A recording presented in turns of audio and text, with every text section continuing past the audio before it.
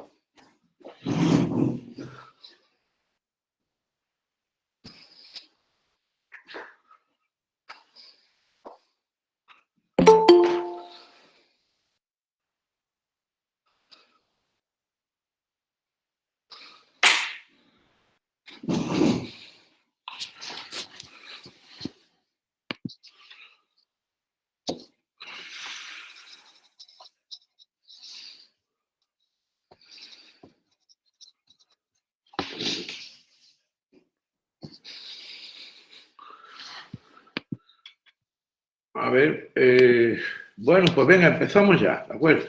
Se me oye perfectamente, ¿no? Y se ve el pollo, vale. Bien, entonces,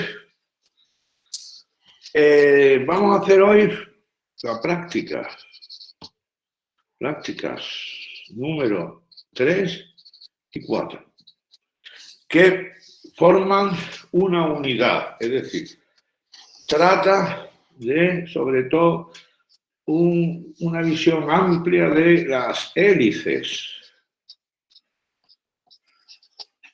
Entonces, en vez de darle 2 títulos, vamos a llamar la práctica número 3. Se va a llamar hélices 1.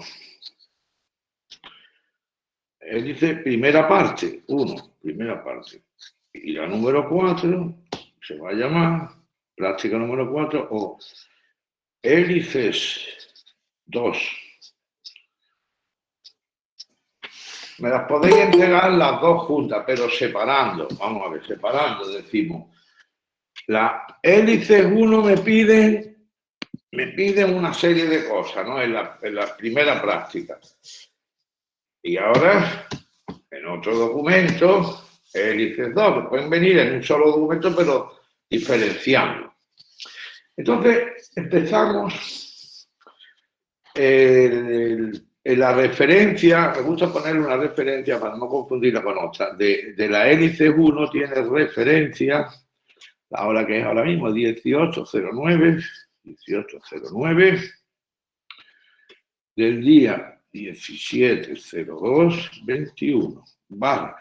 ¿Cuándo queréis? A ver, no os puedo dar mucho tiempo, porque es que tengo que corregirla, darle la nota a Simone y que es de las actas, y entonces, si se retrasa, pues yo siempre me retraso y me amonestan, me llaman de secretaría y se cabrean conmigo. Entonces, esto lleva tareas también valorarlo, si las quiero verlo despacio. Entonces, yo he pensado que una semana, pero más no se puede. ¿Qué os parece?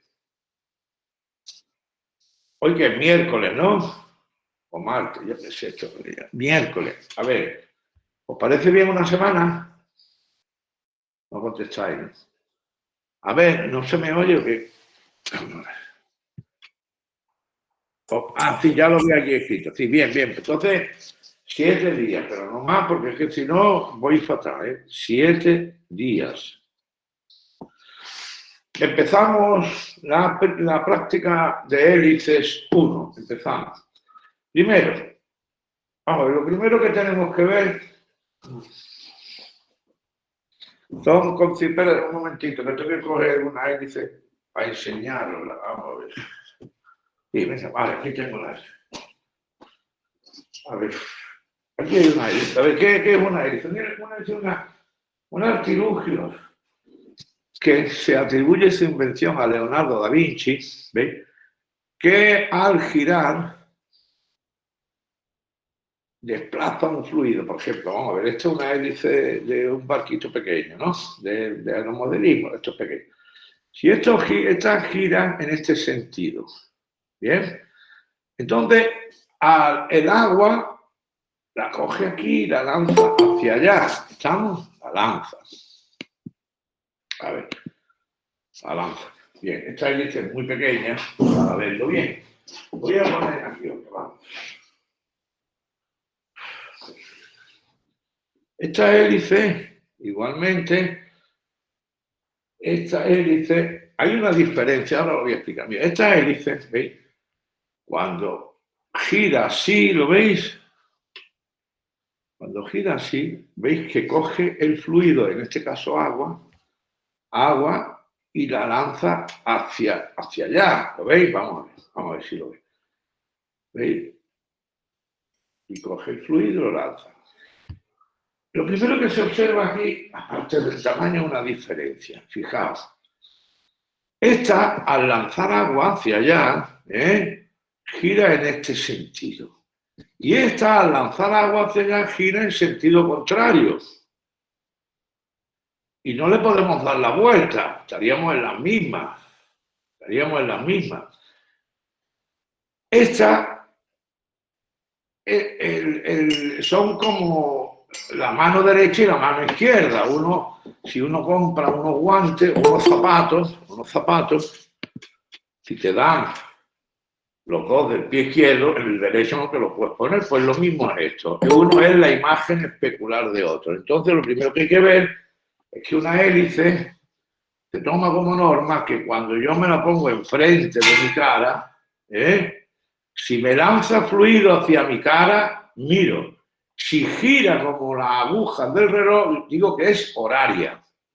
Hélice horaria es aquella que al ponerla enfrente y girar y lanzarme el fluido a mi cara, lo hace como el reloj. Entonces, esta es horaria. Vamos a ver. Esto tiene que quedar muy claro, ¿no? Porque para algo, las prácticas deben servir para aprender algo. Así es que esta hélice, esto es que no se puede dar clase con la gente que llega tarde, vamos a ver, esta es horaria, ¿veis? Horaria. Y esta es antihoraria. Entonces ponemos AH, vamos a ver aquí, ¿veis? Escribo aquí AH. Antihoraria, ¿lo veis? Horaria y antihoraria. Eso importa poco, porque igual, luego veremos que para qué puede interesar y para qué no. Esta hélice, pues lo mismo necesita, esta admite un motor de como de un caballo de potencia, ¿no creáis? Esto lanza agua con una fuerza tremenda. Esta otra es para una barquita pequeña, para 2 personas y un motor del orden de 10 caballos. Y fijaos lo pequeña que es. ¿Pero por qué? ¿Por qué 10 caballos por una hélice tan pequeña? Pues porque mueven un fluido muy denso, que es el agua. Denso quiero decir que es un fluido que pesa, el metro cúbico pesa 1 tonelada, 1000 kilogramos por metro cúbico. Sin embargo, aquí tengo una hélice que mueve aire, mucho más grande. Pues bien, esta hélice, la potencia del motor para que la mueva en condiciones normales es menos potente que el que tiene esta. Esta va con un motor de 8, sí, no, igual, de 10 caballos, por ahí vale. ¿Por qué? Pues voy a ver por qué. Porque fijaos que, claro, dado que esta va a mover un fluido, como es el aire, cuya densidad es, en vez de ser 1000 kilogramos por metro cúbico, es de 1 kilogramo, 1,25 más o menos. Poco más de 1 kilogramo por metro cúbico. Es decir, el aire es casi 1000 veces más liviano que el agua, lo cual significa que una hélice para agua de este tamaño pues sería un barco enorme, ¿no? Necesitaría 1000 caballos, o no más, 2000 caballos. Entonces, eso. Y aparte, en la forma de diseño, pues para optimizar la eficiencia, según sean para agua o para aire, se hacen diseños distintos, aunque eso está abierto siempre a nuevos diseños, nuevos descubrimientos. Muchos de vosotros sois de diseño industrial, pues eso se trata, de diseñar. Bueno, vamos a decir ya para de interrumpirme la gente. Bueno, visto esto de horaria y antihoraria, ahora quiero ver otra cosa. Fijaos otra cosa, vamos. Fijaos que la hélice, esto lo suyo es tocarla, pero mirad, fijaos que la pala tiene por el borde, tiene muy poquita inclinación. Y sin embargo, en la parte central, la inclinación cambia un montón. A ver cómo lo explico. Mira, yo pongo aquí una pequeña regla, ¿veis? Una pequeña regla que la voy a poner tangente, ¿veis? A medida que me acerco al borde, cambia la inclinación. ¿Y eso por qué? Pues eso es lo que voy a explicar ahora, y es un concepto muy importante, se llama paso de hélice. Veamos qué es el paso de hélice. El paso de hélice es que una hélice, vamos, voy a hacer aquí un pequeño dibujo. Una hélice, vamos a suponer aquí una hélice, voy a poner de 2 aspas. Una hélice, pongamos de 2 aspas, por ejemplo esta. Voy a poner aquí, va. Si esta hélice se pone a girar y a lanzar agua hacia aquí, hacia la derecha, se pone a lanzar agua, pues ¿cuánta agua lanza esta hélice en cada vuelta? Pues vamos a ver. Vamos a imaginar que yo tengo aquí como un bloque de gelatina, una especie de gelatina blanda, pero es un sólido. Y yo digo, esto es un sacacorchos. Y ahora yo la clavo en la gelatina. Si yo me pongo a girar y la voy clavando como si fuera un sacacorchos, igual, la hélice al clavarse por la gelatina avanza esta hélice, mira, más o menos, si la pongo aquí en el extremo del folio, avanzaría más o menos, a ver, cuando ha dado una vuelta hasta aquí, aproximadamente esta hélice, y me equivoco poco, ha avanzado por unos 30 centímetros o cosas así. Pues entonces yo diría que el paso de hélice de esta hélice es aproximadamente 30 centímetros. En un sacacorcho es muy fácil, con un sacacorcho y cada vuelta que da lo mido y ese es el paso de hélice. Pero una hélice es un poco más complicado. ¿Por qué? Porque equivale como a muchos sacacorchos unidos, o sea que hay en el perímetro, en la periferia, hay un diámetro y va disminuyendo hasta que llego al eje. Por esa razón me cambia la inclinación. Entonces, lo primero que acabamos de ver es que cuando da una vuelta,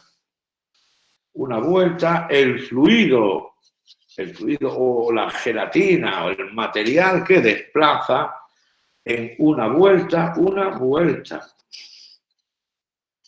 es esta longitud L, en una vuelta, L igual al paso de hélice. L igual al paso P, vamos a ver, vamos a escribir aquí, paso de hélice, que le llamaremos letra P minúscula, paso de hélice, un concepto importante. Entonces, una hélice, los dos parámetros que la definen son, diámetro, que le voy a llamar D, y paso de hélice, le voy a llamar P. Para que lo sepáis, es una costumbre universal dar la referencia de una hélice, por ejemplo, esta es una hélice para aire, esta es una de dron gigantones, drones grandes, que son unos drones, por ejemplo, para sembrar en el campo, llevan unos drones enormes que le meten trigo, lo que sea, le meten 100 kilos de trigo, entonces el dron pues, pesa 150 kilos, lleva un conjunto de hélices como esta, con motores eléctricos y se elevan. Bien, esta es una típica hélice de un dron de estos grandotes, es bastante calidad de fibra de carbono, muy ligerita, y esta aquí tienen escrito, con esto muy pequeño, yo lo he puesto más grande, 30 por 8. ¿Qué significa eso? 30 por 8. Pues hélice de 30 por 8, no significa pulgadas, pero a veces se dice 30 por 8, simplemente. Y a veces, ¿sabéis cómo le dicen? 30-80. Y tú te tienes que imaginar 30 por 8, ¿vale? 30 por 8. Y a veces le dice una hélice 30-80, se refiere a 8 pulgadas. Pues una hélice de 30 por 8, ¿qué significa? Bueno, pues significa muy sencillo, que su diámetro es 30 pulgadas. Bien, ¿esto cuánto es? Pues 30 pulgadas, vamos a pasarlo al sistema. ¿Por qué están en pulgadas? Bueno, porque los pioneros de la aviación fueron los ingleses, entonces pues y también los americanos, pues se mantiene las medidas en pulgadas, ¿no? Entonces, ¿cuánto es 30 pulgadas? Sabéis que una pulgada igual a 2,54 centímetros. Por lo tanto, esta hélice es 30 por 2,2.54, igual, 76, esto es 0,762 metros. Y el paso de hélice, pues vamos a ver, 8 por 2.54, unos 20 centímetros, es decir, esto es igual a 0,2032 metros. ¿Por qué he sacado este ejemplo? Porque esta hélice es la que vamos a utilizar en la segunda parte de la práctica, en la segunda parte, Vamos a hacer un experimento muy interesante con esta hélice girando rápido, con un motor grandecito de los que utilizan los drones grandes, y vamos a medir los empujes que produce. Y luego veremos en la segunda parte dos hélices idénticas, pero estas dos hélices son idénticas. Entonces, ¿qué diferencia hay? Hay una diferencia, que una es la imagen especular de la otra. Esto es como un par de zapatos, el pie derecho y el izquierdo. ¿Y por qué? Pues muy sencillo, porque los drones, una de las cosas básicas en el diseño de un dron, una cosa básica en el diseño de un dron, ahí cuál es que si una hélice, vamos a ver, esta por ejemplo, esta es horaria, ¿no? Esta hélice al girar así me lanza aire para abajo, para que el dron suba, ¿vale? Pero claro, la hélice tiene una fricción con el aire y el motor del dron, a empujarle, el cuerpo del dron se podría dar vuelta al contrario. Por eso los helicópteros tienen una pequeña hélice en la cola para anular ese momento. Repito, si el dron ejerce un momento sobre la hélice, por la tercera ley de Newton, la hélice ejerce un momento sobre el motor del dron y el motor está anclado a la nave.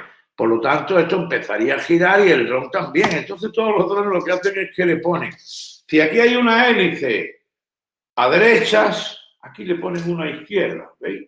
¿Veis?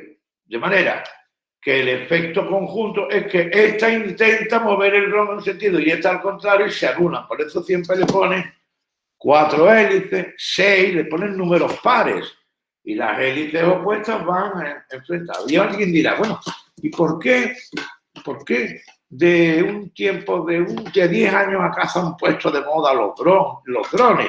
¿Por qué no se fabricaban? Hace 30 años no había drones y hace 40 menos. ¿Por qué? Muy sencillo. Porque para que un objeto vuele, tiene que tener un motor potente. Tiene que ser muy ligero. Entonces, tenían que ser pues, de motores de combustión interna, que son motores potentes y de relativamente poco peso, por ejemplo.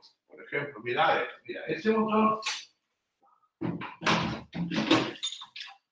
Fijaos. Este motor pesa 2,5 kilos. ¿Veis? Esto pesa 2,5 kilos, nada. Vamos, que lo hago con una mano, no pesa nada. Este motor pesa 2 kilos de combustión y sabéis que tiene 12 caballos. Un ciclista en una contrarreloj corta no llega ni a 1 caballo. Un ciclista tiene poco más de medio caballo. O sea, esto equivale como a 20 ciclistas juntos. Este motor puede mover perfectamente esta hélice. ¿Veis? Y con este motor y esta hélice, perfectamente cualquiera, si hace un avión ligerito, se sube y sale volando. Podría volar, porque pesa muy poco.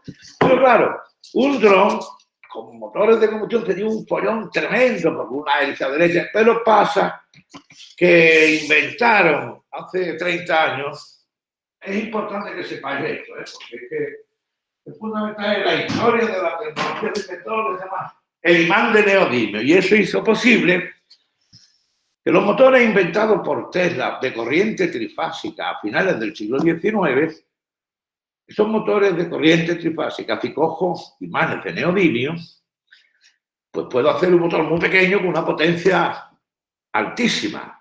Pero había un problema. Esto empezó hace 30 años, un problema, y decía, bueno, y la batería, para darle la corriente que necesita el motor, las baterías de plomo son muy pesadas. Y no solo eso, sino que la batería de plomo te da la electricidad muy lentamente. Necesito una batería que sea ligera y que me dé toda la energía casi de golpe. Y se descubre, investigando para los teléfonos móviles hace 10 o 12 años, 14 o 15, quizá 20, las baterías de litio. Y luego las de polímero de litio. Y de pronto bendición, pues mira, tenemos una batería que es ligera, que puede dar toda la energía que tiene en 10 minutos. Y luego la cargo. Pues puedo hacer un artefacto volador que se habría hecho hace 100 años. Si hubieran existido estas baterías, si hubieran existido esos imanes, el concepto básico fue de Tesla, el motor trifásico. Entonces se ponen unos, ahora lo vais a ver empíricamente, se pone un controlador que es un dispositivo electrónico que le mete al motor una corriente trifásica y pone a girar estas hélices. Y ahora uno dirá, por otra cuestión, fijaos qué curioso, esta hélice es horaria 30/8. Y esta hélice también es horaria, ¿lo veis? Y también de 30/8, fijaos, son iguales. 30/8 y 30/8. ¿Por qué razón? Esta es muy delgadita, ¿veis? Hombre, que cuanto más delgada, menos fricción con el aire.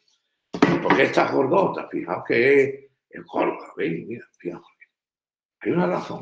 Esta hélice está diseñada para un motor de explosión, un motor de combustión interna. Por ejemplo, el que os he enseñado. Este motor que os he enseñado es de 2 pistones y explotan los dos a la vez. Y meten un golpe de torsión.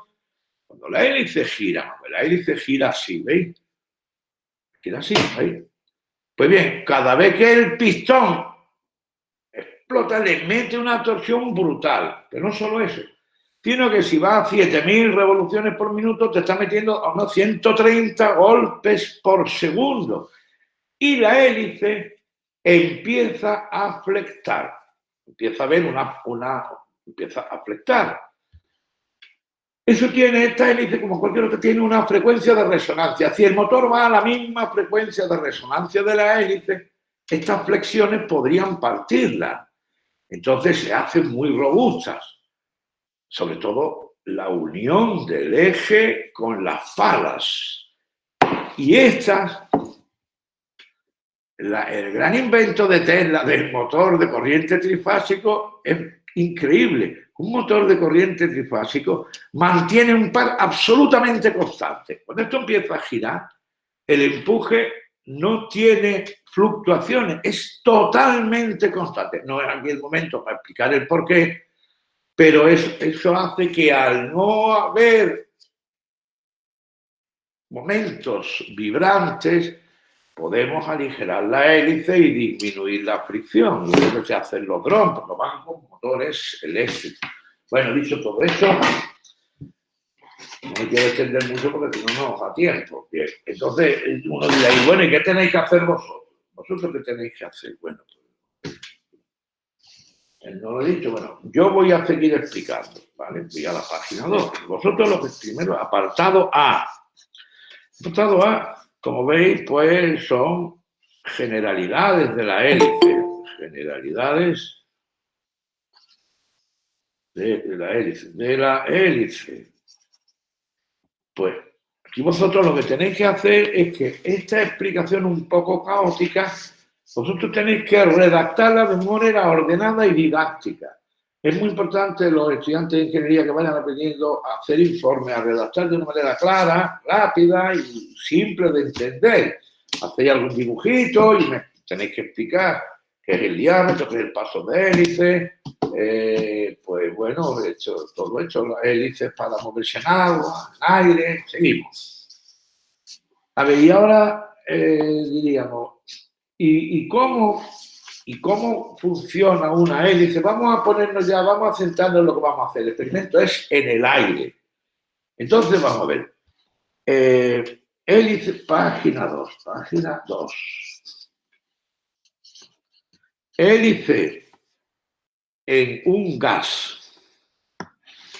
Vosotros sabéis, os voy a decir resumidamente, ¿sabéis lo que es un gas ideal? Un gas ideal es, vamos a empezar por el gas ideal. Un gas ideal es, seguimos en el apartado A, todavía tiene el apartado A. Bueno, no sé si llamarle ya apartado B. No, apartado B, venga, apartado B. Hélice en un gas. De nuevo sigo con una explicación teórica. Ahora después haremos cálculo. ¿Qué es una hélice en un gas? ¿Cómo se mueve? Pues vamos a ver. Aunque esta es para agua, pero me sirve para el ejemplo porque lo que quiero es que la veáis, porque es más visible. La otra, como es negra, la otra negra tiene un paso de hélice tan pequeño, ¿veis? El paso de hélice aquí es muy pequeño, mira. Esto es el eje, ¿veis? El centro, ¿veis? Mirad, si yo esto lo cojo aquí de canto, fijaos que, a ver, ¿veis? Veis que esto tiene un paso de hélice de 8 pulgadas para tamaño muy pequeñito, ¿veis? Lo que hace el aire aquí es que lo lanza. Pero voy a ver con esto, mira. ¿Qué ocurre si una hélice está en un gas? Vamos a ver, gas ideal. Gas ideal. Las moléculas de un gas, cuando están relativamente cerca, se atraen. Y lejos se atraen muy poco, se atraen. Y hay veces que si la temperatura es muy baja y por lo tanto la energía cinética media es muy pequeña, estamos cerca del cero absoluto, pues las moléculas como se quedan pegadas y forman lo que se llama un líquido. Un líquido que principalmente su principal característica del líquido es que no es compresible, no lo puedo comprimir. Pero el gas, si las moléculas andan libremente, pues chocan y la interacción, cuando están relativamente, es pequeña. Vamos a suponer que tenemos un gas cuyas moléculas, si chocan, chocan. Pero si no chocan, ni se atraen ni se repelen. No hay atracción ni repulsión. Eso sería un gas ideal. El más parecido es el helio. El helio. El helio a baja presión es gas ideal al 99,9999%. Entonces yo voy a imaginar que tengo helio. Entonces, helio a baja presión. Vamos a ver. Recipiente de helio. Enrarecido, para que aprendáis una nueva palabra. ¿Qué significa enrarecido? Un gas enrarecido es que está a baja presión. Enrarecido, esto equivale a baja presión. La presión atmosférica en la que vivimos es relativamente grande, lo que hace están las moléculas apiñadas, y esto quiere decir que el camino libre medio de una molécula en el aire hasta que choca con otra es muy pequeño, son milésimas de milímetros, pero en un gas enrarecido una molécula puede recorrer a lo mejor un trozo así, 2 o 3 centímetros sin chocar con nadie. Entonces, supongamos que dentro de este recipiente se mueve la pala de una hélice. Bien, entonces la pala, vamos a suponer aquí, pues voy a hacer un esquema. Vamos a suponer que yo pongo aquí una especie de carril, vamos a ver, yo pongo aquí una especie de carrilito en el cual se va a mover una pala inclinada, que es como un trozo de hélice, una pala, así veis, inclinada. ¿Veis? Y supongamos que yo deslizo, le pongo una rueda, yo deslizo esto hacia acá. A ver qué ocurre. Es muy importante que tengamos esto. Vamos a ver. Supongamos que hay aquí, ¿veis? Aquí hay una molécula de helio. Uno dirá, pero yo no voy a suponer que esta está quietecita ahí. Uno dirá, es que se mueven unas para arriba, otras para abajo. Muy bien. Pues le sumamos la velocidad que llevaba al resultado. Lo que quiero ver es lo siguiente. Es que cuando este carrito viene rápidamente hacia acá, llega un momento en el que impacta. ¿Veis? Cuando el carrito está aquí, esto es un carrito, vamos a ver, como un teléfono móvil, ¿veis? Que se mueve y tiene una inclinación, ¿veis? Y ahora vamos viendo si se encuentra aquí una molécula y le mete un golpe y la lanza.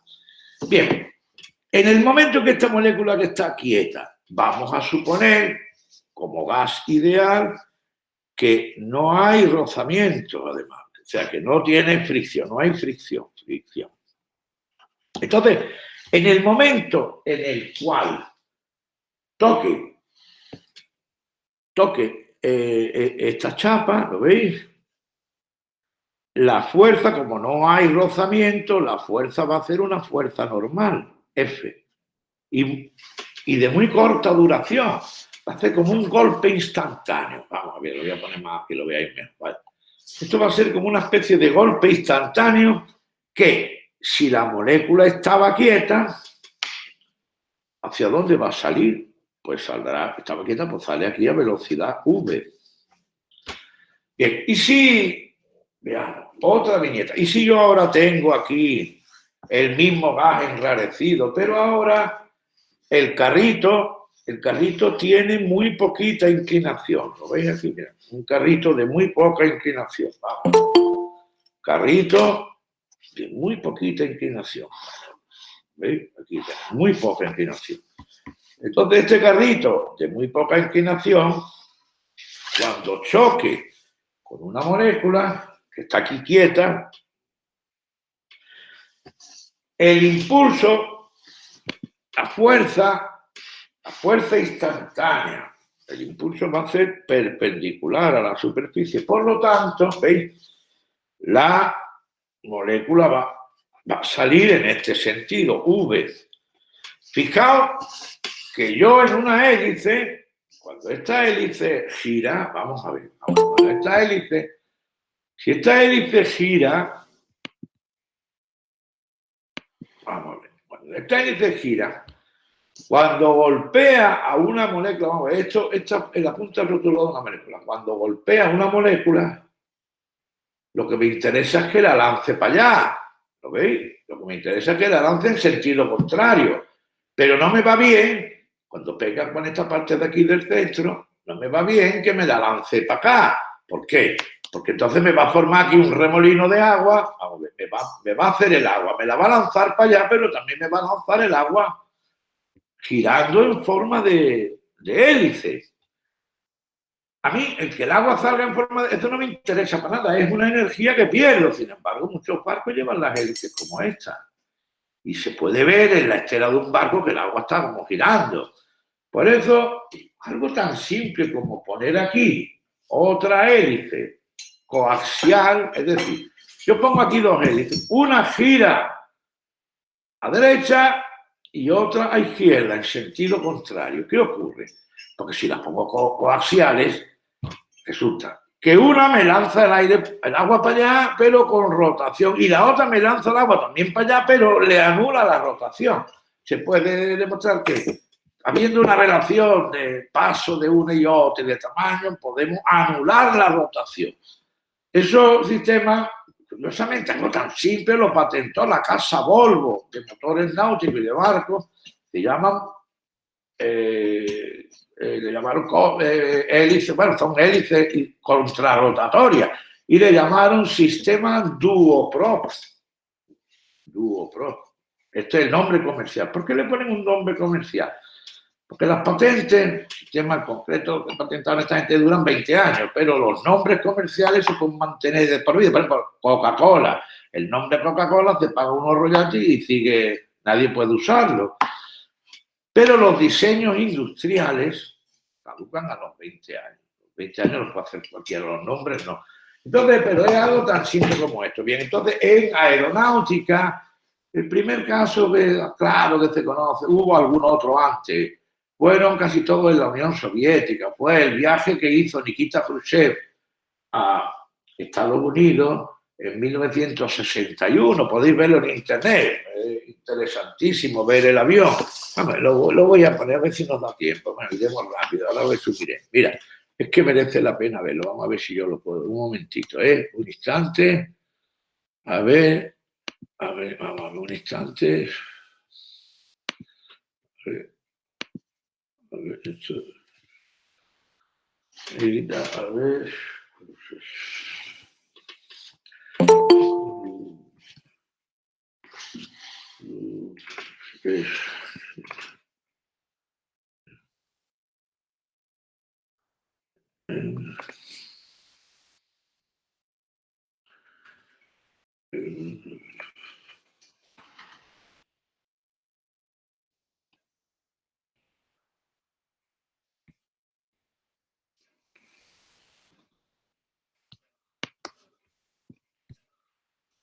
a ver, un momentito.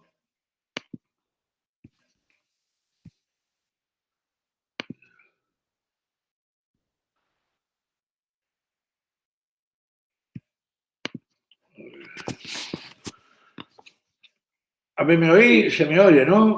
Deberían prohibir en España la venta de este increíble objetivo. Este es el primer objetivo. A ver, ¿cómo puedo yo hacer? A ver, ¿cómo puedo yo hacer para que se vea?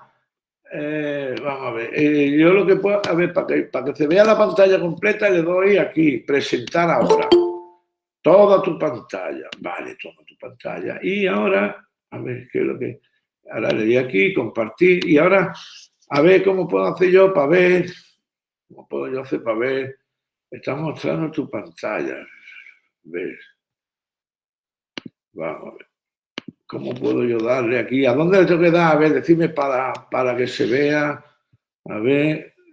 No entiendo esto. Y pone la pestaña de YouTube, si pincha ahí. Yo he puesto, hay una pestaña donde he puesto aquí está. Sí, yo la estoy viendo. Ahí, ahora ya sí se ve. La veis ahora, ¿no? Sí, le da a ampliar y ya se ve. Bien, lo que quería es que vierais solamente esto. Bueno, en esta época de la Guerra Fría, era inédito que el presidente de la Unión Soviética fuera a Estados Unidos, hubo como un acercamiento. Entonces, claro, Khrushchev quería demostrarle el poderío soviético a los capitalistas, que decían ellos, ¿no? Estaban los comunistas y los capitalistas. Entonces, la manera fue llegar en el único avión del mundo que podía ir de Moscú a Washington sin parar a repostar. ¿Por qué? Porque era de una eficiencia brutal. ¿Y por qué era tan eficiente? Porque habían diseñado los ingenieros rusos un avión que tenía la hélice en pareja. Claro, pareja, y una giraban a derecha y otra a izquierda a la misma velocidad. Entonces, ¿cómo era la vida? Aquí hay una imagen del avión. A finales de Hay una imagen muy buena del avión. Vamos a ver. Realizar una visita oficial. Vamos a ver dónde está el avión. Quería impresionar a los estadounidenses, aunque eso implicara arriesgar su vida y las de todo el personal. Porque dice arriesga, porque el avión en el que iba, el avión de hélice contrarrotatoria, era el primer prototipo que hacía, nada más había uno. Y un motor tenía una fisura y tiraba aceite. Y le dijeron los mecánicos, es imposible arreglarlo mañana. ¿Tiene usted que con otro? Y dice, no, me da igual que tiene, me subo en este. El séquito, todo el mundo, hombre, no seas loco, que nos vamos a matar, no, que vamos, tenemos que ir. Y se fue y tuvo suerte, claro. Todo el mundo iba. A ver, ahí, mira aquí el avión. Khrushchev quería sacar beneficio de cada paso de su viaje. Un buen ejemplo era el hecho de que, por orden suya, la delegación soviética estaba viajando en un avión enorme y ultramoderno, el Tu-114, el único avión de pasajeros del mundo capaz de viajar sin hacer escalas desde Moscú a Washington. Los rusos solo tenían un operativo, y era el orgullo y alegría de Khrushchev. Pero justo antes del despegue descubrieron grietas en el motor y se consideró inseguro. Los consejeros de Khrushchev le rogaron que tomara otro avión e hiciera una escala. Khrushchev ignoró sus súplicas. Quería impresionar a los estadounidenses, aunque eso implicara arriesgar su vida y las de todo el personal de a bordo. Afortunadamente, el avión llegó a Estados Unidos sano y salvo. Y cuando inició su descenso sobre Washington, los 4 principales participantes en la grandiosa gira de la Guerra Fría estaban listos. El líder soviético Nikita Khrushchev, el presidente americano Dwight Eisenhower, el pueblo americano y los medios de comunicación de espíritu libre estadounidenses, que jugarían un papel inesperado en las siguientes 2 semanas. Que no son capaces. A ver si se ve el aterrizaje. Quiero que se vea la hélice. Un primer plano de la hélice. Ahí. Para mi comunicación. A ver, ahí podéis ver la hélice.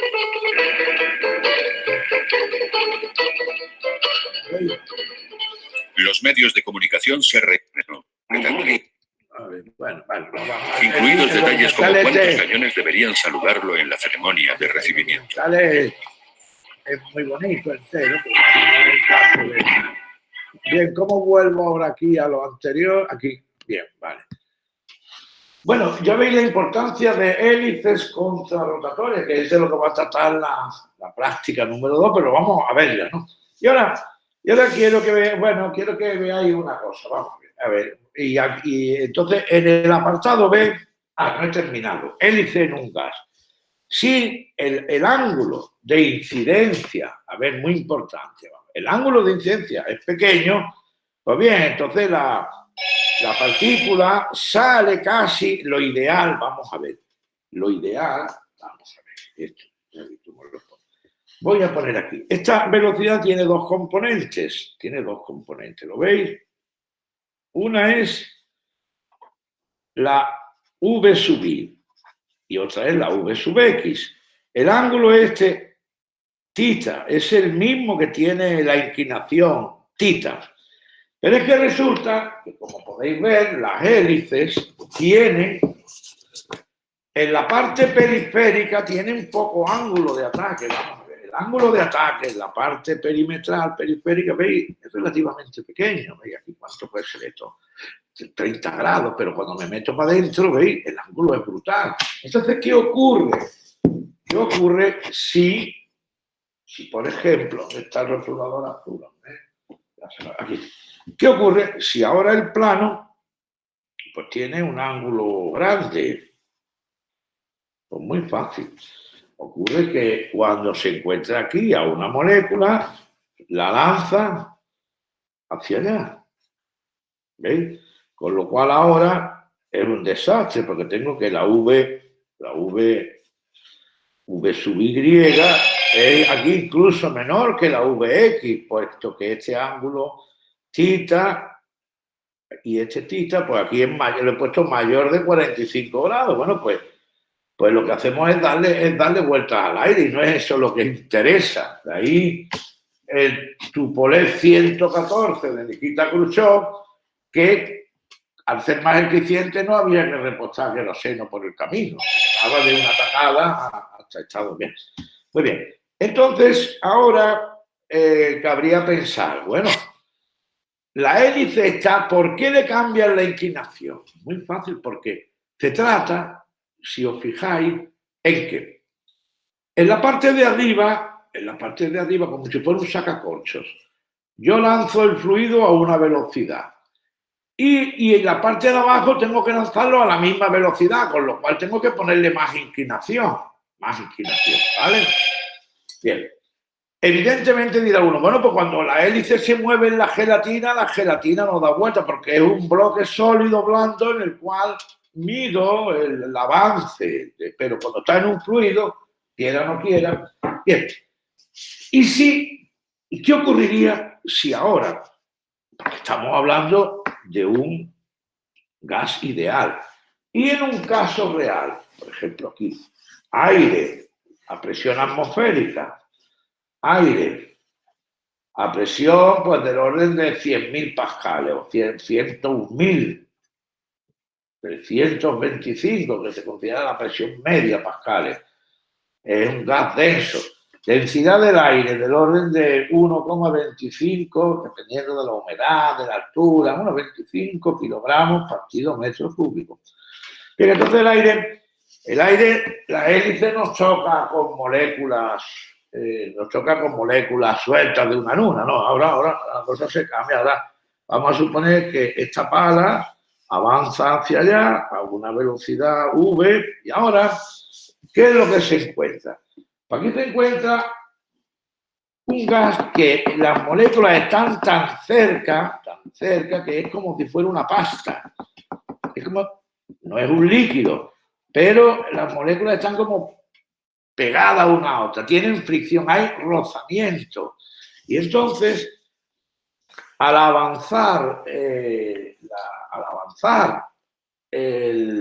este dispositivo ideal, lo que ocurre es que todas estas vamos a suponer, para que lo veamos, vamos a suponer que el gas, lo mismo me da decir que el cacharro va hacia la derecha que el gas viene a la izquierda, es más fácil de entender bien. Si el gas viene aquí hacia la izquierda, ¿sabéis lo que va a hacer? Es que se va aquí a quedar pegado y va a salir lanzado hacia allá, ¿veis? O lo que es lo mismo. Esto si el gas viene para acá, ¿no? Vale. Pero si ahora considero,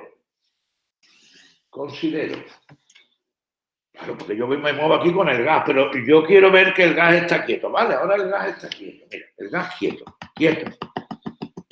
Pero muy denso, ¿eh? Estamos de acuerdo, es muy denso. Y ahora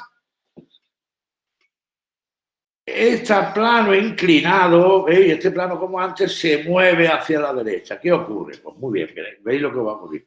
Lo que ocurre es que el gas que está aquí quieto se queda como pegado y lo lanza para allá. Lo lanza, ¿veis? Vamos a ver, a ver cómo lo explico. Vamos, mira. Aquí tengo una regla inclinada, ¿veis? Y aquí se encuentra un fluido que hace, lo obliga a trepar para arriba y lo lanza para arriba. Pero pero además de lanzarlo hacia arriba, como estaba quieto el aire y el cacharro, este cacharro, se mueve hacia allá a velocidad v, ¿veis? No solamente me echa el aire para arriba, ¿no? Sino que también me lo empuja hacia la derecha, con lo cual, de nuevo, aparece el fenómeno anterior, ¿veis? Que es que me lanza el aire hacia arriba y hacia la derecha. Es más, puede que en este caso aún más para la derecha porque el aire se queda como pegado, el aire es pegajoso, el aire, la viscosidad del aire significa que se queda como pegado a esta lámina que le empuja. Es decir, cuando una hélice gira el aire, bueno, un fluido normal, el aire que hay aquí se queda pegado. Y entonces le empuja para allá, pero también me lo pone a dar vueltas. O sea, que lo mire por donde lo mire. Todo esto se podía calcular, es muy complejo hacer los cálculos. Entonces pido en el apartado A, solamente había que describir todo esto. Y aquí por ahora igual, pero ahora ya vamos a calcular. Hay que explicar esto de manera ordenada. Podéis consultar en internet, etc. Y ahora viene el primer cálculo que vamos a hacer. Y ya vamos llegando al final de la práctica, porque no da tiempo, ¿verdad? No da tiempo, vamos a ver hasta dónde llegamos. Bien, mirad ahora. Página 3. Página 3. Y aquí ya... entonces, el apartado B es hacer una explicación y descripción. Bien. En el apartado B...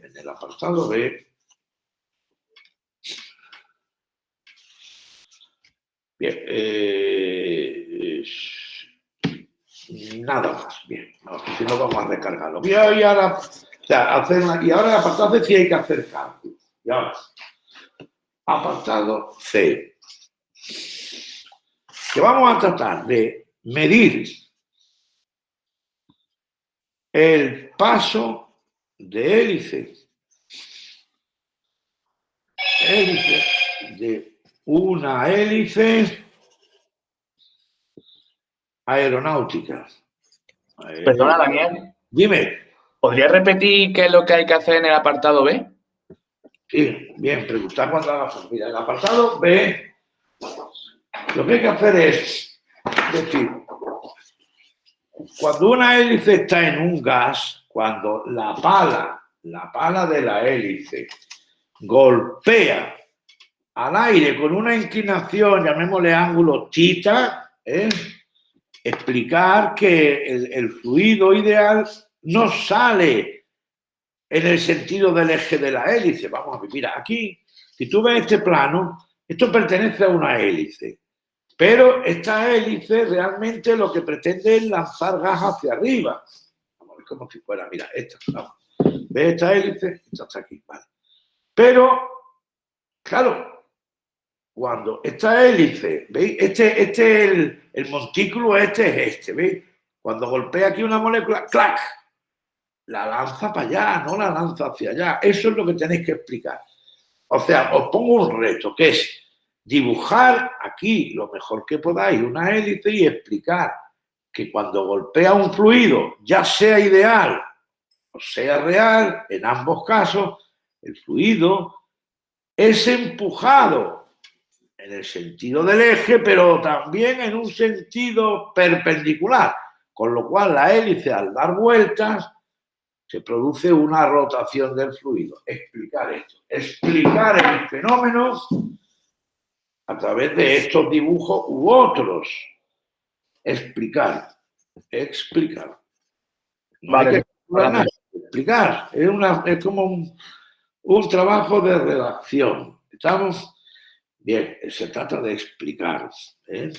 Entonces, y terminar explicando que las hélices utilizadas en el Tupolev 114, que son hélices coaxiales, y explicar también que las hélices coaxiales contrarrotatorias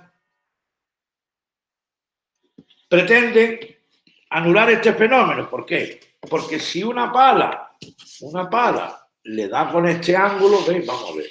le da, vamos, le da aquí, ¡clac! Le da. Ahora, esta molécula que ha salido para allá, ahora aquí le llega otra con el ángulo invertido y le mete un golpe para allá. Es como decir que una contrarrotatoria lo que pretende hacer es lo siguiente. Pretende que si, vamos a ver, esta pala me lo ha golpeado y en vez de mandarlo para arriba me la ha mandado para allá. Bien, pues ahora le meto aquí otra. Ahora le meto aquí otra pala. A ver, así, así. Que se mueve hacia allá. Y le mete aquí un golpe con tal fortuna que me anula. Vamos a ver, le meto un primer golpe y aquí le meto otro. A ver cómo me lo explico. Mira, vamos a ver. Aquí tengo una pala. Esta pala va hacia mi derecha, ¿veis? Va hacia la derecha, ¿lo veis? Y ahora tengo aquí una pala. Vamos a ver, aquí tengo otra, ¿veis? No tengo otra regla. Aquí tengo otra, ¿vale? Esta va para acá y esta va para allá. ¿Qué ocurre? Aquí le meto un golpe a un objeto, ¿no? Bien, vamos a ver, lo voy a ver mejor. Bien, ¿cómo es?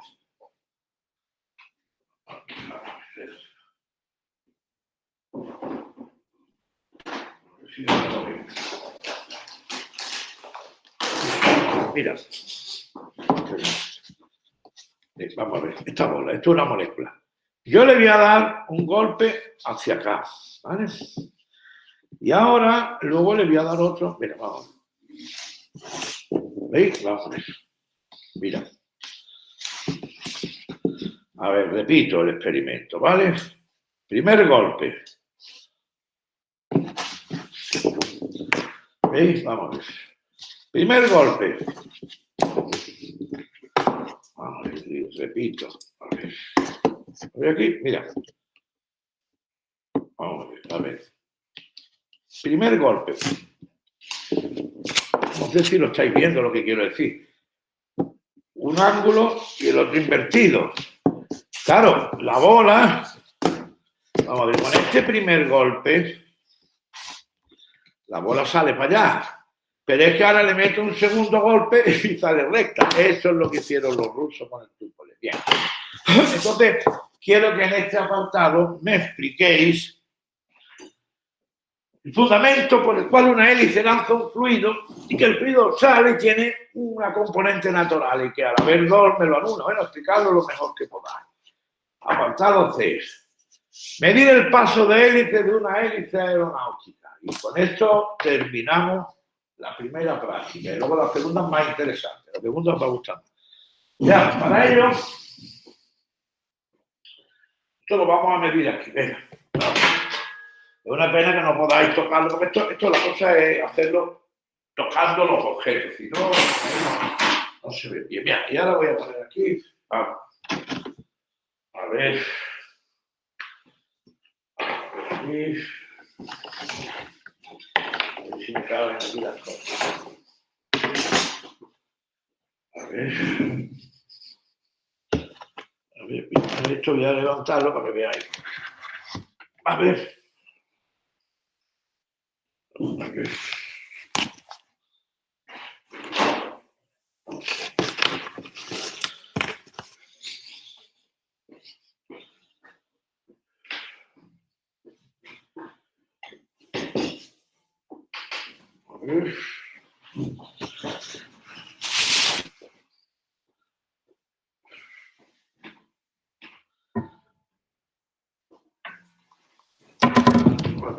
Esta hélice pesa 14, 15 kilos.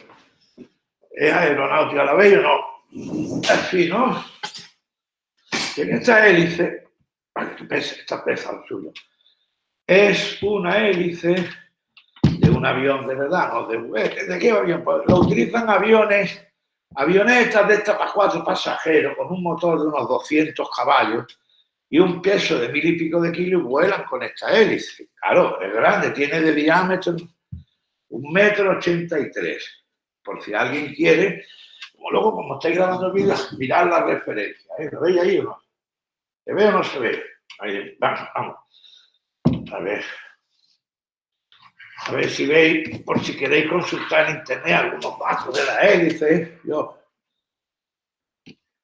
¿Veis? ¿Podéis leer ahí? ¿Se puede leer o no? Vamos. Más o menos se puede leer. Más o menos, sí. Se Voy a hacer intuye. una captura de pantalla. A ver, os leo. Marca Sensenich. Sensenich. Modelo. A ver, modelo, voy a escribirlo. A ver, oídme, lo digo. A ver, modelo. Vamos a ver, lo voy a escribir aquí mejor. Vamos a ver. Por si queréis consultar. ¿Dónde está la página? Ojalá, página. Bien, lo voy a escribir aquí. Sensenich. La ubicación inglesa. Sensenich. Serie, número, modelo. Modelo 72CKS. 72CKS. A ver, 6-0-56. Número de serie. Serial, por si hay modificación. K59-23. Bueno, esta hélice Sensenich, lo que quiero es que, podéis luego consultarlo, lo mismo encontráis cuál es el paso de hélice. Aquí quiero que lo calculemos. Bien, primero, esta hélice es horaria, como estoy viendo yo, lo veo, yo nada más la miro, lo veo que es horaria. Bien, voy a poner, este es el morro de la hélice, o sea, el avión avanza hacia allá, vamos, un momentito. A ver, la hélice esta avanza cuando gira, a ver si no entendéis, avanza allá, ¿veis? Entonces, ¿por qué sé yo que es horaria o dextrógira? Porque cuando yo voy en el avión aquí detrás conduciendo, me veo que gira como el reloj. Entonces voy a poner la parte con la que golpea el aire, que es esta, lo veis, por aquí golpea el aire. A ver, ¿por qué por aquí es tan robusta? Fijaos, robusta. Primero porque el motor es de explosión, pero es que además la fuerza centrífuga, que sería interesante una práctica para calcularla. Yo he hecho un cálculo aproximado y la fuerza centrífuga le mete, cuando va el avión volando, unas 50, entre 50 y 100 toneladas. 100 toneladas de tracción. Si no estuviera esto así de robusto, podría por fuerza centrífuga partirse. Tener en cuenta que esta hélice gira a 2.850 RPM y que los bordes van a 900 kilómetros por hora, 800, va muy rápido. Bien, ahora yo quiero que calculemos ¿cómo calculamos? A ver, ¿cómo calculamos el paso de hélice? Eso lo tenéis que calcular vosotros. Bueno, mirad, lo que vamos a ver para calcular el paso de hélice es que quiero que veáis que aquí está el centro. A medida que yo me retiro del centro, ¿lo veis? Vamos a ver. A medida que yo me retiro, es que aquí no tenéis perspectiva para verlo, pero podéis ver, vamos a ver, que aquí la inclinación aquí es muy fuerte, ¿veis? Y a medida que me retiro al borde, la inclinación disminuye. ¿Y por qué? Eso ocurre con todas las hélices. Antes de seguir, os tengo que explicar el por qué. Y y para que podáis medirla. Vamos a ver si lo entendéis. Ahora voy a bajar estos momentos. A ver. Vamos a ver. Cualquiera mueve esto. Empezar ya por los 15 kilos. Bien, entonces vamos a ver.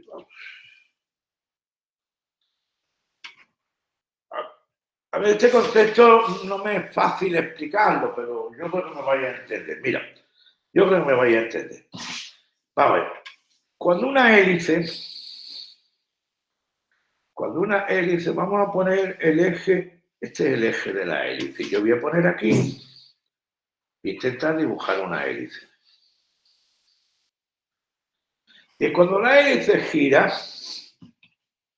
para ver el paso de hélice, yo tengo que ver que al girar esta hélice en este plano, como la pala aquí en todas partes tiene una inclinación, es decir, La pala aquí tiene, a ver cómo lo dibujo.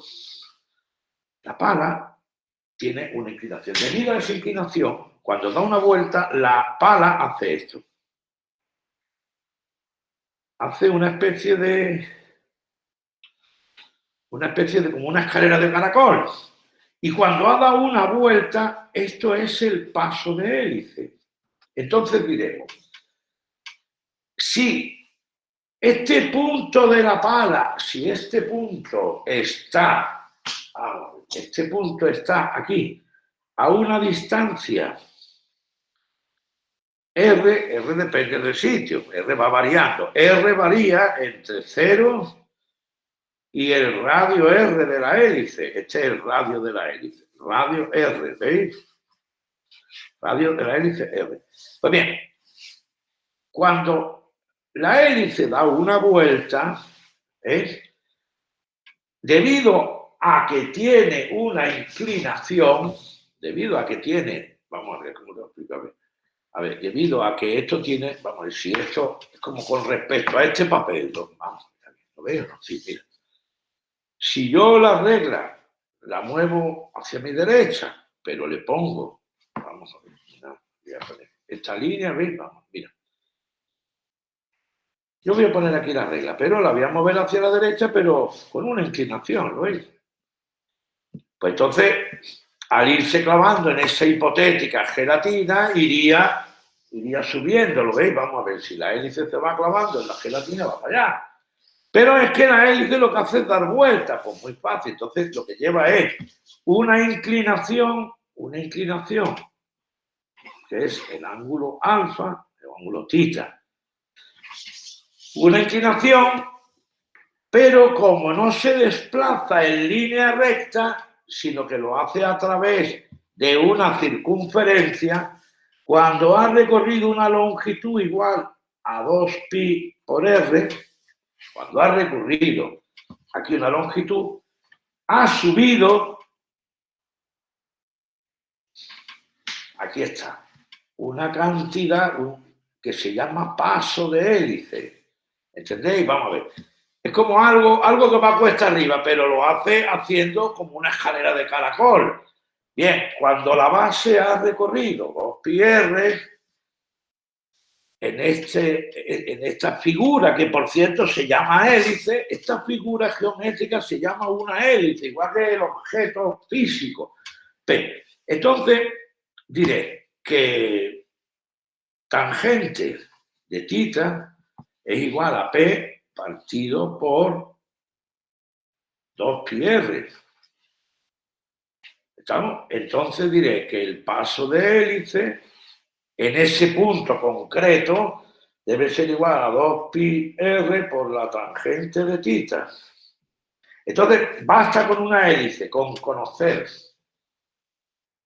a la distancia r del centro cuál es el ángulo de inclinación para conocer el paso.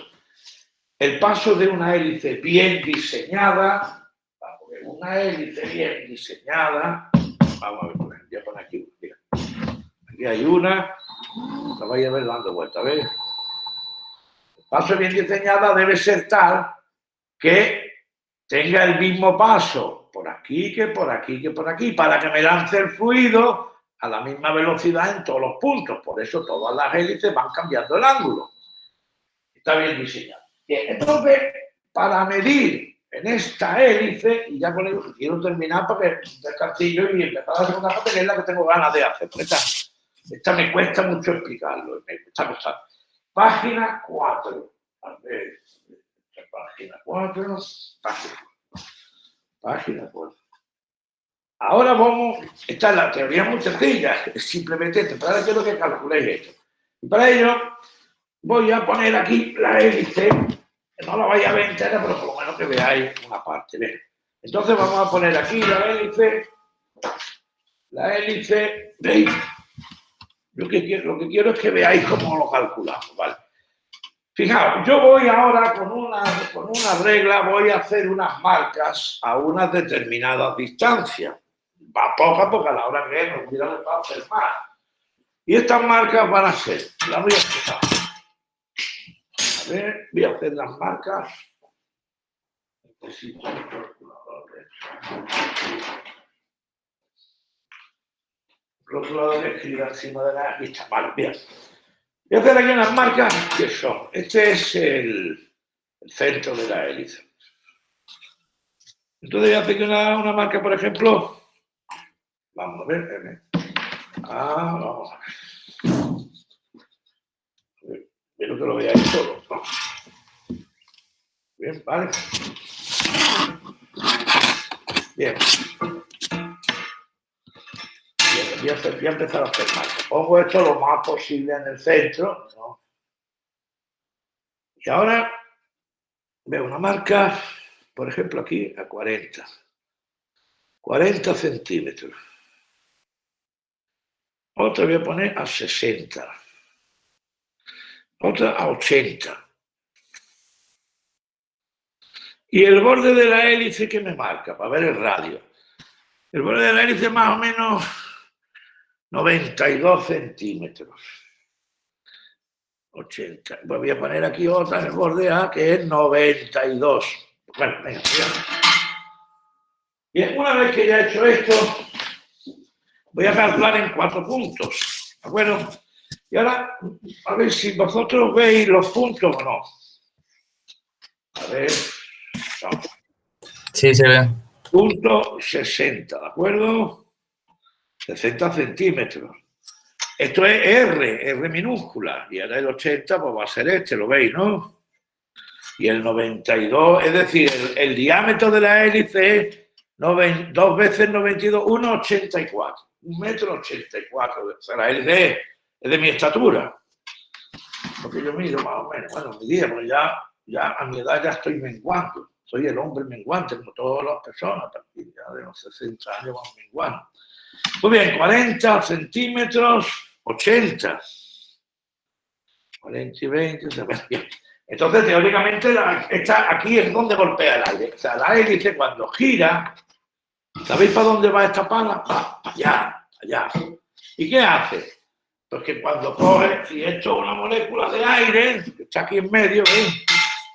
Hay una molécula de aire, le mete un golpe y la lanza para arriba. Pero, desgraciadamente, la lanza para arriba y también un poco para allá. Eso es lo malo. Muy bien, entonces tenéis que medir el paso de comprobar que es el mismo. Para ello, ¿cómo mido yo la inclinación? Pues un coñazo, porque ahora yo tendría que coger una regla, ¿veis? ¿Veis? Hasta que toca aquí, ¿veis? Hasta que toca aquí. Y ahora tendríamos que medir aquí la altura y ver la tangente. Y a la hora que voy a recurrir, ahora yo voy a recurrir a un nivel que yo tengo que tiene una particularidad muy interesante, ¿sabéis cuál es esto? Que es que tiene mide el ángulo, ¿lo veis vosotros aquí o no? ¿Veis? Por ejemplo, ángulo 8 grados. ¿Lo veis o no lo veis? Sí. Entonces, pues nos evitábamos, pero claro, yo siempre me gusta las medidas, me gusta hacerlas bien. A mí fullería no me gusta. Y la gente, no los alumnos, la gente es muy fullera. A ver, la mesa. Esta mesa, a ver, me marca un ángulo de, vamos a ver. A ver.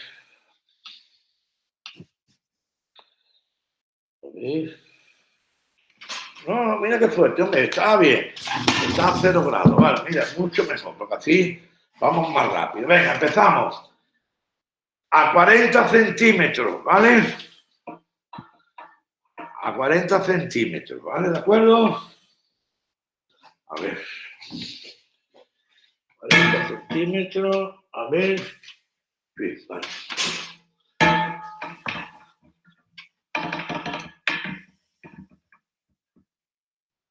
...40 centímetros, el ángulo... A ver, espero que se estabilice esto. 24,6. 24,6 grados. A 60 centímetros. Veamos.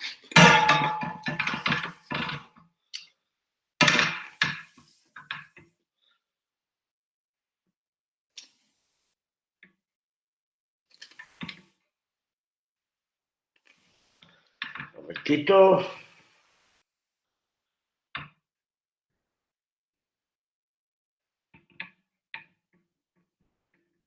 ...19,4 grados.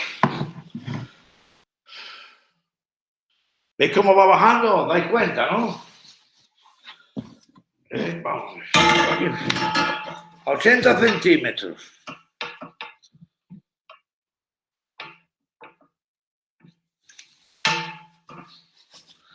Vamos a ver si... Vamos, un momentito.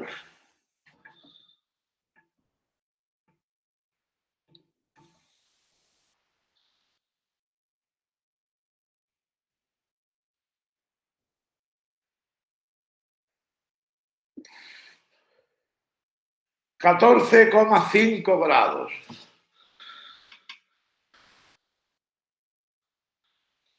Ahora, una cosa muy importante. ¿Cuánto has dicho, profesor? 14,5. Una cosa muy importante. Hay que estimar que la medida, vamos a ver, yo la hago con el nivel, como esto se va curvando por el centro del nivel, pero yo para poder ver la línea, vamos a ver, veis aquí vosotros veis la línea esta, ¿no? ¿La veis? ¿Sí o no? ¿La veis? Sí, sí, lo vemos. Yo lo he puesto aquí. Vamos a ver, yo lo he puesto al borde este, por lo tanto, dado que esto tiene un ancho de 25 milímetros, 26 milímetros, yo realmente lo que he medido ha sido aquí. Yo lo que he medido realmente ha sido aquí. Y aquí hay 13 milímetros. Vamos a ver, ¿me entendéis esto lo que digo o no? Sí, sí. Porque el nivel tiene este ancho, yo he medido, entonces aquí no es 60, no, es 613 milímetros. ¿Lo veis o no? Sí, lo vemos. Cuando R vale 613, el ángulo θ vale esto, ¿de acuerdo? Y aquí sería, el ángulo este vale cuando R vale 413 milímetros. Y aquí vale 813. Vamos a ver, 813 milímetros. Finalmente, aquí como voy a poner esto por el otro lado, porque se termina la hélice, vamos a ver, ya ver si lo veis. Aquí, como ya se acaba la hélice, lo voy a poner aquí. Entonces yo lo que voy a medir aquí es anotar. Esta medida es muy imprecisa porque la hélice aquí está un poco así, tiene un poco, ha recibido algún golpe. Siempre los golpes se los llevan por los bordes. Aquí mediremos a la R igual a 920 menos 13. Igual, ¿a dónde vamos a medir? Pues 907 milímetros. Ahí es donde yo voy a medir. Bien, medimos. Y ya termina. A ver si ahora vamos a ganar.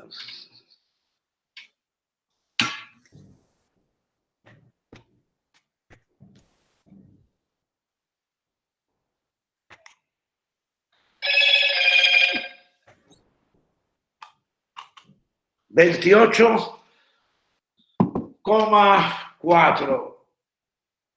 No puede ser, no he equivocado en algo, no, menos que tontería, no puede ser 28. Un momentito. ¿Qué pasa aquí ahora? Esto se ha averiado. Esto se ha vuelto loco. Vamos a ver, es que no, es que está en otro modo.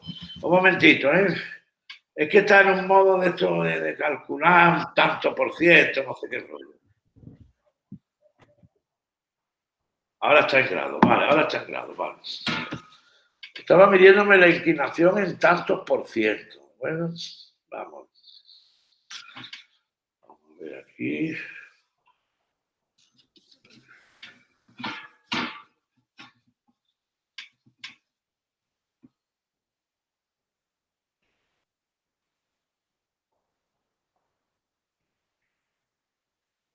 ...12,6 grados. Ahí... 12,6 grados. Bien. Pues entonces, Perdona, dime. ¿puede repetir de dónde han salido los 13 milímetros? ¿Por qué? Porque yo aquí he puesto, he medido poniéndome hacia afuera, pero como aquí se acababa la hélice, ahora he puesto el nivel hacia adentro. Por lo tanto, vamos a ver, mira, cuando yo pongo un nivel en un sitio, yo mido la inclinación a lo largo del punto medio, ¿lo ves, no? Entonces, como esta inclinación va cambiando, no es lo mismo si me pongo aquí o más para acá, ¿veis? Va cambiando, va cambiando. Entonces, como yo para poder ver la línea he puesto aquí el nivel por mi izquierda, aquí ya no podía porque me salgo, entonces al ponerlo por la derecha, en vez de sumar 13 milímetros, se lo quito. ¿Entendéis? ¿Por qué? Porque 13 milímetros es la distancia de esta marca al borde. Bien, yo creo que está explicado. A ver, concluyendo. Como veis, aquí hemos visto varias hélices. Entonces, estamos con el apartado C, es medir el paso de hélice de la hélice Sensenil modelo tal, medirlo, no es consultar por internet, es medirlo, con los datos que yo daba desde eso. Os saldrán valores levemente, si está bien, esta hélice es buena, está bien hecha, el paso de hélice es el mismo aquí, que aquí, que aquí, que aquí, es el mismo. Entonces, pero deben ser valores parecidos, hacéis la media y ese es el paso de hélice calculado. ¿Por qué no lo he calculado aquí? Dirá alguno. Bueno, ¿por qué no he puesto alguna medida por aquí? Porque aquí es muy difícil. Porque para que la hélice soporte la fuerza centrífuga, la han hecho curva. Y aquí no es fácil medir, mirad el perfil que tiene. ¿No? Es gorda, ¿veis que por aquí es delgada, ¿veis? Por aquí es delgada. Pero mirad por aquí cómo es gorda, ¿veis? Bien, entonces, a ver, para terminar la práctica, vamos a terminar en media. Hemos dicho que en el apartado C vais a calcular y me explicáis cómo la habéis calculado. Tenéis que medir el paso de hélice aquí, aquí, aquí. Ya. Y ahora, a ver, C, y voy a poner un apartado D. D, ¿qué trata? El apartado D es para ser más distraído. Trata de ver. Quiero que me expliquéis una cosa. En todas las hélices se diseñan de manera que cuando va girando, vamos a ver, si la hélice, si omega máximo,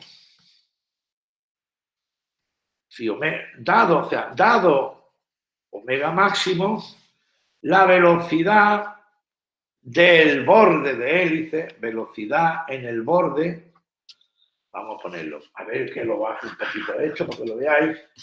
Pues, repito, vamos a ver.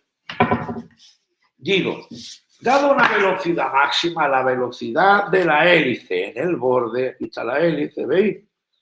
La hélice al dar vuelta, me refiero a que hace esto, ¿veis? Y va dando vuelta, la velocidad esta, VB, evidentemente es igual a omega por el radio de la hélice, estando omega muy importante en radianes partido segundo y el radio en metros.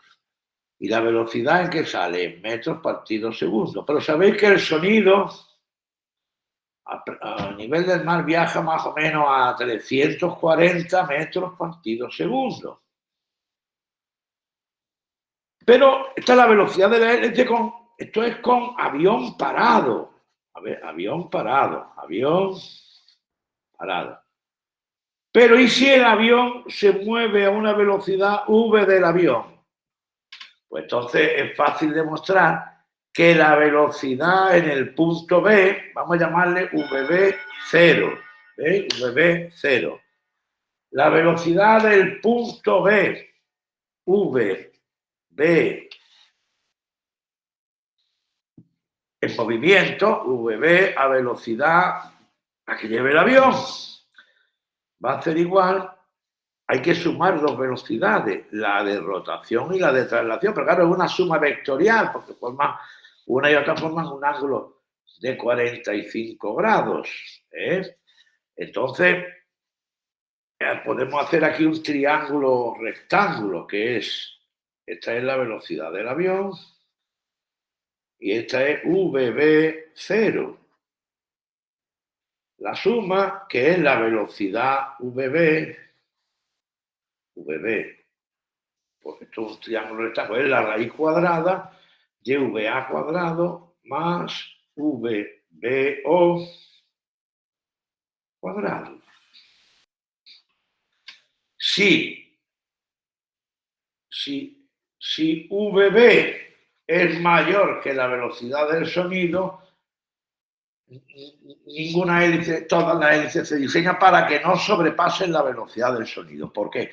Porque cuando pasa la velocidad del sonido, aparte del ruido tan tremendo, vibraciones, parece ahí, es complejo el asunto, se pierde mucha eficiencia y se producen fenómenos todos indeseables. Entonces se diseñan para que no vayan más rápido que el sonido. Si es mayor, se llama una hélice supersónica. Pero hay un caso que debo citar aquí en el que es inevitable que vaya más rápido que el sonido, que no. Los aviones a reacción, el avión va a 900 kilómetros por hora, o sea que va cerca del sonido, el sonido va a 1200, el avión va a 900. Y las turbinas del avión, sobre todo si es un turbofan, ¿qué es un turbofan? Un avión a reacción, vamos a ver muy rápidamente a la hora que hay. Aquí hay una turbina que mete el aire, ¿no? Y lo mete el aire entra por aquí frío, ¿veis? Entra por aquí frío, ¿veis? Y por aquí sale caliente a más velocidad. Entonces, el aire entra aquí a una velocidad de entrada y sale mucho más rápido. Esto es un avión a reacción. Pero se vio que era más eficiente ponerle al avión, al reactor una carcasa. Una carcasa, ¿veis? Engordarlo un poco. Y ahora esta carcasa lo que hacen es lo siguiente. Dice, vamos a hacer una cosa. Vamos a poner que la hélice esta, por un lado, mete aire para ser quemado. Mete aire para la cámara de combustión. Pero vamos a poner que coja otro aire y lo meta por aquí y lo bombee en plan hélice. ¿Veis? Se llama un flujo de combustión y un flujo periférico. Uno de los mejores turbofans de la historia por una revolución fue en 1985, la casa Rolls-Royce perdía dinero haciendo coches, entonces de pronto hizo un turbofan con un empuje de 25 o 30.000 kilos, una barbaridad, de gran eficiencia, poco consumo, que los americanos compraron para el Boeing 747, motor Rolls-Royce, entonces motor Rolls-Royce. Con hélices hipersónicas, pues no podía ser de otra manera. Pues bien, la hélice principal, la que va aquí, lleva 1, 2, 3, creo que lleva 24 aspas. Y hay una separación que se llama zona de flujo de combustión, que es toda esta zona, esto es el flujo, el caudal de combustión, este es el eje de la hélice. Y luego hay una zona periférica que es el flujo que no va a ser quemado. Bueno, pues no queda más remedio que sea hipersónica. ¿Qué ocurre? Porque aquí tengo una pala, esto lo tiene poca gente, porque esto está prohibido venderlo. Esto es una pala de este avión. Esto es una obra maestra de la ingeniería. Esta, compré en segunda mano, es de titanio. Esta nueva vale 10 o 12.000 euros, pero compré por 400 euros, pero está prohibido venderla porque algunas compañías aéreas baratas pues las ponen usadas y esto no está prohibido. Mira, esto va enganchado aquí sin tornillo, no, va con un machiembrado, porque las vibraciones que esto lleva son brutales. Aquí puede llevar una fuerza centrífuga de 150 toneladas. Y esto, con lo grande que creo que gira 5.000 RPM, la punta esta, vamos a ver. Esta punta, esta es la zona de separación de flujo. ¿Veis? Esto que hay allí, es decir, este es el flujo no quemado y aquí el aire que quema. Y aquí está la nariz del reactor, que es como un cacharro enorme, ¿veis? Que va donde engancha todo esto. Bien, pues ahora quiero que me hagáis miréis. ¿Veis que aquí, vamos a ver, si uno pasa la yema del dedo, esta zona de aquí, puedo decir que más o menos la hélice va a unos 1000 kilómetros por hora, 2000 más o menos, 3000. La zona hipersónica se puede ver que a partir de aquí es rugosa. ¿Por qué es rugosa? Vamos. A partir de aquí me encuentro que es rugosa. Incluso aquí le falta material. No sé si lo veis. ¿Veis que, vamos a ver, vosotros veis aquí que le falta un poco de material? Sí, ¿no? Sí, sí, se aprecia. Esta zona hipersónica, el aire a esa altura está a 40 bajo 0, 50, pero estos bordes pueden estar a 300 grados, una temperatura enorme. A esa temperatura y el aire golpeándolo, se producen oxidaciones y el metal y esto porque es titanio, si no se lo come entero. Es decir, que aquí hay un borde de ataque de alta temperatura y toda esta zona va caliente, como es normal. Entonces, lo que quiero en este apartado, el que no lo haga no pasa nada, es un apartado voluntario, es que miréis con datos del motor, no me acuerdo el nombre, motor Rolls Royce para el Boeing 747, un avión que fue muy famoso, de los más grandes de pasajeros, metían motores Rolls Royce con esta es una de las balas. Lo que quiero que me veáis cuál era el radio del rotor y velocidad máxima de esta, creo que eran 5000 RPM, quiero que me calculéis cuál era la velocidad aquí, V. Vamos a ver, bien, la velocidad aquí en este borde, que es grande, es muy supersónica. Calcular V en el borde, teniendo en cuenta, vaya a calcular la VBO, que es con el avión en reposo, y la VB, que es cuando el Boeing va a la máxima velocidad, que viene a ser 1000 kilómetros por hora. O sea, el Boeing va a 1000 kilómetros por hora. Y encima la hélice va a velocidad omega. Es decir, miráis el radio, consultáis los datos y ahora me decís estimación, podéis consultar en internet, estimación de la temperatura, ¿veis?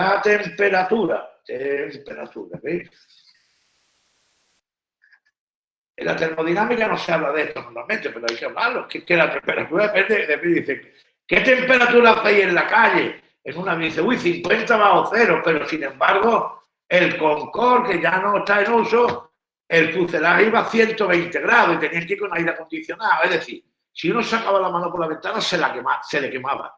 ¿Cómo es posible? Pues sí. Temperatura en reposo, 50 bajo cero. Temperatura en movimiento, 130 grados. 130 grados, pues te asan la mano, es un horno. Hombre, si sacas la mano, primero que la fuerza aire te la corte, además que en los aviones no se puede abrir la ventanilla, pero impulsamos que la pudiera. Un termómetro, lo pongo fuera, 130 grados. Bueno, este apartado D es voluntario y es, bueno, para que miréis un poco y me expliquéis este fenómeno tan interesante. Bueno, pues ahora la segunda parte más bonita, creo que os va a gustar más. Un descansito de 5 minutos, por lo menos, no digo yo, 10, ¿cuánto? A ver, ¿me estáis oyendo? 10 minutillos. Sí, 10 minutillos, ¿no? Por ahí. Vale, pues entonces como son menos 20, a las 8 menos 10 en punto, empiezo la segunda procurada resumida, ¿de acuerdo? Venga, porque perfecto. hay muchas medidas que yo las he hecho para que dé tiempo, yo os doy la tabla, ¿de acuerdo? Bueno, pues dentro entonces el que esté grabando esto, que pare ahora y ahora después sigue, ¿de acuerdo? Venga, vale, hasta luego. 10 minutos.